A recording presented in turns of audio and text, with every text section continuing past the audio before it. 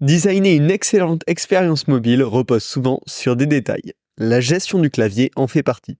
Quelles sont les possibilités, les bonnes pratiques, les edge cases à prendre en compte? On en parle maintenant dans Parlons Design.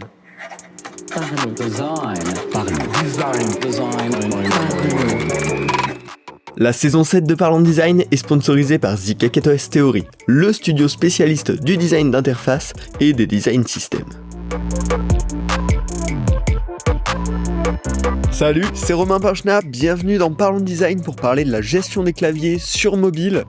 Clairement, c'est le genre d'expérience qui doit se peaufiner dans les détails de l'intégration technique, en prenant en compte les possibilités natives de chaque OS, et donc les habitudes des clients, forcément. Pour pouvoir bien les designer, ça demande de les connaître, c'est ce qu'on va faire dans ce podcast, et bien sûr je vais essayer de vous donner quelques inspirations, quelques apps qui l'intègrent extrêmement bien et desquelles on peut tirer de bonnes leçons.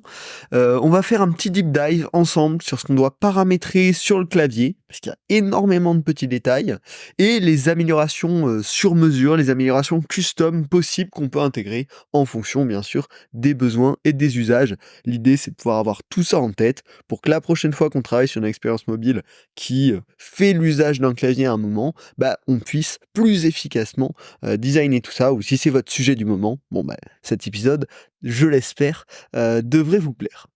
Alors, globalement, la leçon globale que j'aimerais partager avec vous dans ce podcast, c'est l'idée de se dire, dès qu'on va ouvrir le clavier dans une app mobile, en tant que designer, on doit y penser.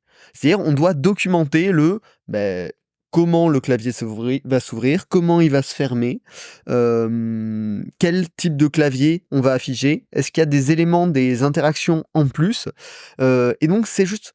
En tant que designer, on peut avoir tendance à se dire, là, on appuie sur l'input, il y a un clavier qui s'ouvre, ok. Mais en fait, il y a énormément de possibilités autour de ce clavier-là. Et voilà, si j'essaye de me transmettre à moi-même une leçon et de vous partager peut-être une bonne pratique dans ce podcast, c'est de dire, la prochaine fois qu'on va avoir besoin d'un clavier dans une app mobile, prenez vraiment le temps d'y penser, de vous dire qu'est-ce qu'on doit faire, et le documenter pour que derrière, techniquement, ce soit la bonne implémentation du clavier qui puisse être assurée. Globalement, ça passe par plusieurs éléments, le type de clavier, le bouton suivant, qui est souvent un bouton natif, les interactions autour du clavier, notamment de fermeture, et la potentielle barre d'outils. On va débriefer tout ça maintenant, étape par étape. Premier point, le type de clavier, qui s'appelle souvent techniquement, en tout cas côté iOS, Keyboard Type, donc type de clavier, assez naturellement. Et ça veut tout simplement dire quel caractère est-ce qu'on va autoriser à la saisie pour les utilisateurs, et sous quel format le clavier va leur être montré. Donc forcément, ça va être quelque chose qu'on va devoir ajuster selon le contenu demandé à l'utilisateur pour optimiser l'expérience client. Si on va demander un champ très libre, on va mettre le clavier normal. Si on doit demander un montant, par exemple, ou un chiffre, ou une saisie spécifique dans un champ social, on va pouvoir adapter le clavier. Alors, tout ce que je vais vous dire derrière, ça dépend de l'OS, en fonction de sur iOS ou sur Android, il n'y a pas exactement les mêmes possibilités, mais la plupart du temps, on a des équivalents, et forcément, également, ça va dépendre de la version de l'OS. Sur des versions plus anciennes de l'OS, on n'a pas toujours exactement la même intégration. Mais voilà, on va avoir des grosses similarités là-dessus. Donc dans les possibilités qu'on a, on a déjà la possibilité par défaut, qui est celle qu'on voit tout le temps, le clavier de type lettres. C'est le clavier qu'on a l'habitude de voir partout, où on peut saisir des lettres. Bon, celui-ci, on va pas se détailler là-dessus. Mais il y a aussi la possibilité de demander, quand le clavier s'ouvre, de directement ouvrir la partie nombre et ponctuation. On va voir le plus, le moins, le slash, les différents chiffres, et on peut nativement, dans l'OS, demander que quand on ouvre un certain input, ça ouvre directement cette partie-là du clavier qui normalement est cachée derrière un bouton.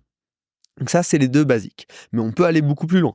On peut demander d'afficher un clavier dédié spécifiquement pour les nombres. Donc typiquement, vous allez demander de saisir un montant, c'est pas la peine d'avoir un clavier avec des tonnes de boutons, on peut juste mettre les différents nombres. Et on peut demander d'avoir un clavier nombre qui gère les décimales, donc les chiffres après la virgule, ou qui ne les gère pas. Et donc ça permet aussi, encore une fois, de simplifier le clavier et de spécifier à l'utilisateur, en fait, s'il n'y a pas de bouton pour mettre une virgule, ça veut dire que tu peux pas mettre de chiffre à virgule. Et donc, on est beaucoup plus clair. Sur iOS, il y a également un clavier dédié au téléphone, donc qui est très semblable forcément au clavier nombre, mais qui va intégrer notamment le symbole plus pour pouvoir ajouter l'indicatif de pays ou des choses comme ça. Voilà, déjà rien que pour saisir des noms, on a 3 claviers différents qu'on peut afficher à l'utilisateur et si on les spécifie pas dans les specs techniques, potentiellement c'est des choses qui vont pas être intégrées, parce qu'il y a besoin de le spécifier même dans le code pour que le bon clavier s'affiche au bon moment. Plus loin, dans les choses un petit peu précises, on peut également afficher un clavier dédié à l'email, donc qui va intégrer notamment le arrobase directement dans le premier niveau de clavier. Mais ce qu'on peut faire sur iOS aussi, c'est d'afficher un clavier qui s'appelle le type Twitter, qui intègre le arrobase et le hashtag. Donc ça va être hyper utile, notamment si vous travaillez sur une interface sociale, ou si vous travaillez sur n'importe quel espace de publication de contenu, parce que ça va permettre d'avoir un clavier où on a toutes les lettres classiques, la barre d'espace qui nous permettent de rédiger un message, mais également un raccourci vers le arrobase pour taguer quelqu'un, ou le hashtag pour créer un tag. Et donc ça, c'est des claviers que vous pouvez exploiter nativement, juste avec une petite ligne de code, en disant à votre input d'afficher un clavier spécifique. Également, il existe 2 autres claviers un peu spécifiques pour le texte, qui sont le clavier de type URL et le clavier de type recherche web, qui vont intégrer notamment des raccourcis vers le .com, des raccourcis vers les éléments qui composent un URL pour pouvoir saisir un URL plus rapidement. Donc on le voit en fait, pour des saisies très similaires, on a tout un ensemble de variations du clavier auquel est habité l'utilisateur, qui permet de simplifier la saisie d'informations finalement. Et notamment moi, celui que je trouve hyper intéressant, c'est le clavier de type Twitter avec le arrobase et le hashtag, parce qu'en fait, il y a énormément de cas d'usage où ça peut réellement simplifier la saisie d'informations. Et il faut penser que ça c'est des claviers natifs inclus dans l'OS auxquels les clients sont habitués, auxquels les utilisateurs sont habitués parce qu'ils les ont vus dans d'autres applications très probablement, et que donc on peut exploiter tout en conservant les habitudes des utilisateurs.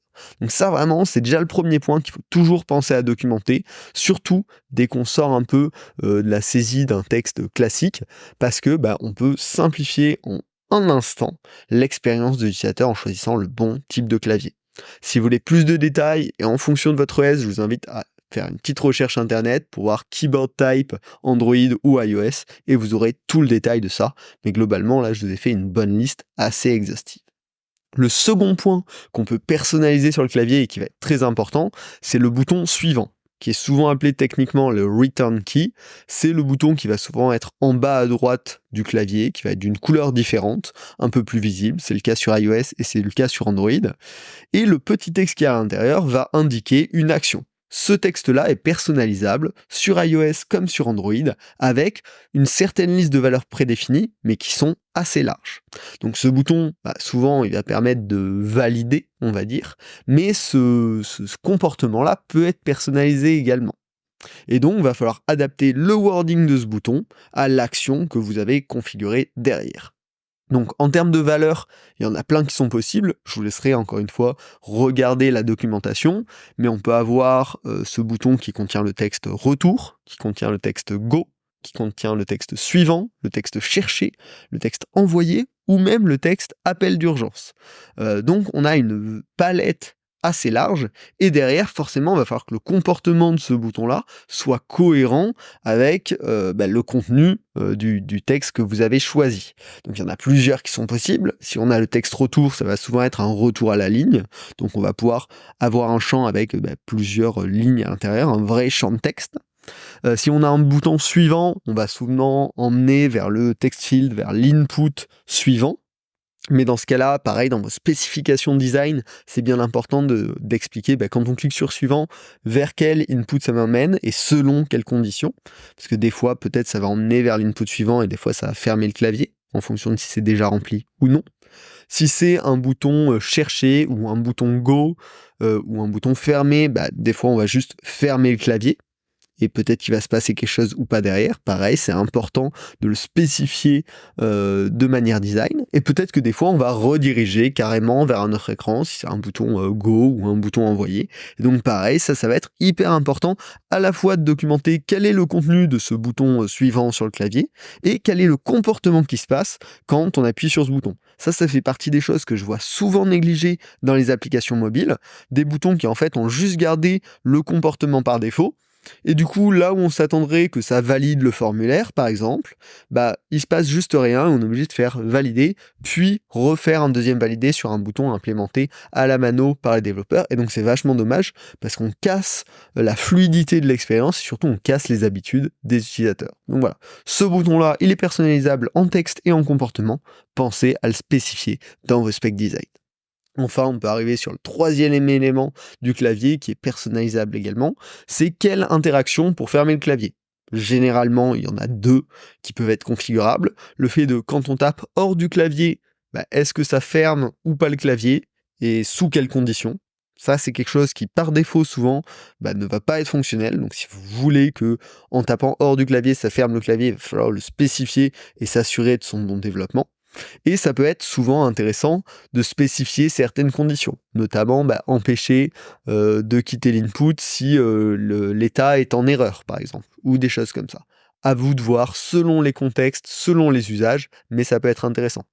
Le deuxième point sur les interactions, c'est si on a du contenu qui est scrollable derrière le clavier, qu'est-ce qui se passe si le clavier est ouvert et qu'on essaye de scroller dans le contenu qui est derrière. On peut choisir qu'il ne se passe rien. On peut choisir que quand on scrolle, ça cache directement le clavier. Ou on peut choisir, en tout cas à minima sur iOS, que ça va le cacher de manière interactive. C'est-à-dire si on se déplace un petit peu dans le scroll, il va rien se passer. Si on se déplace beaucoup, ça va fermer le clavier. À vous de spécifier, encore une fois, selon le cas d'usage, selon le contexte, quelle interaction convient le mieux pour votre expérience utilisateur. Voilà, ça c'est tout plein de petits détails qu'on a vu depuis le début, qui sont personnalisables vraiment en une ligne de code à chaque fois, quasiment, et qui vont grandement améliorer l'expérience utilisateur. Voilà. Là, on a fait le tour un peu des trucs génériques.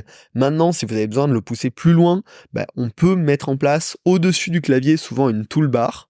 Alors, par défaut, sur les différents OS, il y a déjà des choses qui vont être gérées. Souvent de la suggestion de contenu, donc l'autocomplétion par exemple du texte que vous rédigez, donc ça va se faire tout seul, il n'y a pas grand chose à faire, mais ça peut être quelque chose de désactivable si ce n'est pas adapté à votre contenu.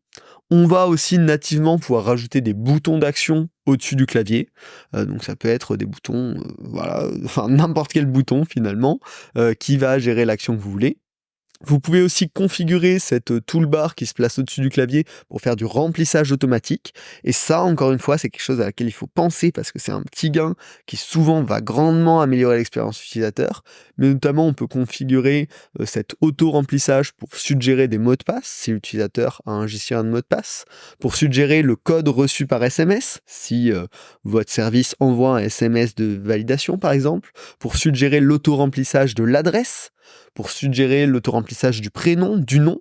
Et donc en fait, tous ces petits auto-remplissages, pareil, c'est des choses auxquelles les utilisateurs sont en général assez habitués, qui est du gain de temps très facile, très efficace pour l'utilisateur, et qui donc peut augmenter votre taux de conversion, et qui se configure souvent, en tout cas pour l'auto-remplissage du nom, du prénom et de l'adresse, en une petite ligne de code. Et donc prendre le temps dans ces spécifications de se dire, je veux que quand on soit sur ce champ, ça me suggère automatiquement le prénom, ou ça me suggère automatiquement l'adresse, c'est un détail qui va être important, comme ça va pouvoir être checké en phase de vérification, en phase de QA, et derrière, vous allez vraiment pouvoir avoir un gain sur l'expérience utilisateur. C'est pour ça que c'est réellement important de prendre en compte tout ça. Si vous voulez aller plus loin, vous pouvez bien sûr créer une barre d'outils, une toolbar sur mesure, mais là, ça va souvent demander beaucoup plus de travail de développement parce que ça va être sur mesure. Notamment pour tout ce qui est formatage de contenu, ça peut être intéressant pour pouvoir mettre du texte en gras, souligner du texte, créer des liens sur du texte. Notion le fait très bien, Twitter, je trouve aussi, le fait très bien. La nouvelle app Note d'Apple le fait pas mal aussi depuis quelques années. Et d'ailleurs, il me semble qu'iOS propose désormais une version un peu native de ce panneau de formatage de contenu. Donc ça peut être intéressant. Si vous voulez pousser des actions complémentaires aussi, ça peut être intéressant d'avoir des espèces de toolbar sur mesure qui va venir se créer. Moi, je l'ai utilisé dans mon gestionnaire de mots de passe Sésame. Typiquement, quand on est sur un champ de mots de passe, on va avoir une petite toolbar au-dessus du clavier qui s'affiche, qui permet de générer un mot de passe sécurisé. Donc là, ça a complètement du sens. Et ça peut aussi être utile pour faire de la suggestion sur mesure. Comme je vous l'ai dit, par défaut, dans la barre d'outils, il y a cette suggestion d'autocomplétion de l'OS qui s'affiche généralement, mais dans certains cas, on peut vouloir faire des suggestions qu'on gère nous-mêmes, et ça, l'OS ne nous laisse pas la possibilité de le personnaliser. Donc dans ce cas-là, on va devoir créer une barre d'action sur mesure. C'est ce que notamment sur l'application Lydia ça a été fait. Quand on envoie un Lydia, on a cette barre de suggestion d'emoji qui permet de rajouter un petit label sympa très rapidement, mais c'est aussi ce qu'on peut utiliser pour inviter les utilisateurs à mettre certaines valeurs. Typiquement, ce qui a été utilisé également, c'est quand l'utilisateur veut alimenter son compte, on va lui faire des suggestions de montant directement via cette toolbar. Donc il va avoir par défaut un montant de 50 €, 100 € ou 200 €. Je donne des valeurs complètement aléatoires, mais qui vont être en fait un raccourci par rapport au clavier et qui viennent se positionner en toolbar juste au-dessus du clavier. Donc ça peut être hyper utile dans ces cas-là pour faire une espèce de nudge à l'utilisateur pour lui proposer des valeurs plus rapidement. Il y a énormément de use cases là-dessus. À vous de trouver la bonne. Et ça, voilà, il faut vraiment le savoir. Par contre, dès qu'on va faire de la toolbar sur mesure, ça va demander beaucoup plus de travail technique. Et donc là, il faut que ça réponde à un besoin plus précis. C'est pas juste du quick win, comme tout le reste de ce qu'on a pu voir sur la gestion du clavier avant. Voilà, j'espère que cet épisode vous a plu. Ça, c'est clairement les épisodes d'été où je sais que pas grand monde va écouter, et pourtant, à mon sens, c'est les épisodes qui ont le plus de sens, parce que c'est ça qui va nous apporter un peu de l'expertise, des trucs un peu de niche que la plupart des gens vont potentiellement skipper, voilà. Et en prenant le temps de creuser un peu ces sujets, on les comprend mieux, on a une meilleure gestion à l'avenir, et on y pensera un petit peu plus. C'est un travail de tous les jours qu'on fait ensemble aujourd'hui. Mais voilà, je ne peux que vous inviter à en général lire les articles design qui sont pas sexy, regarder les conférences design qui sont pas sexy, ou écouter les podcasts design qui sont pas sexy, parce que à mon sens, en tout cas, c'est ceux qui ont souvent le plus de valeur, plutôt que les titres très accrocheurs qui font tout le temps beaucoup plus de vues, beaucoup plus d'écoutes, mais dans lesquels souvent on va tirer beaucoup moins de valeur sur le long terme. Donc bref, j'arrête cette petite aparté. Globalement, dès qu'un clavier s'affiche dans l'app, faut qu'on se pose les bonnes questions. Et je vais essayer de m'y forcer à le faire également. Les 4 questions, c'est quel type de clavier est-ce qu'on veut afficher ? Quel bouton suivant est-ce qu'on veut afficher et quel va être son comportement?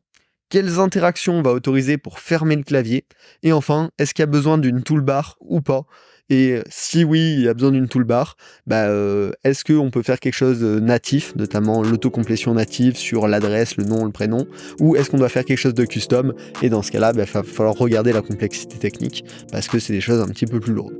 Aller dans ce niveau de détail, clairement, ça nous permet de proposer des expériences bien plus fluides pour un coût de dev très faible, et donc vraiment, je ne peux que vous le recommander. J'espère que cet épisode vous a plu. Si c'est le cas, je vous invite à laisser un petit 5 étoiles avec un commentaire. Forcément, c'est hyper encourageant pour continuer le podcast. Et puis, ça permet de rendre le podcast un petit peu plus visible. Donc voilà, n'hésitez pas sur Spotify, sur Apple Podcast ou sur votre plateforme d'écoute préférée. C'est souvent un petit peu caché tout en bas, mais vous pouvez laisser un commentaire et c'est toujours adorable.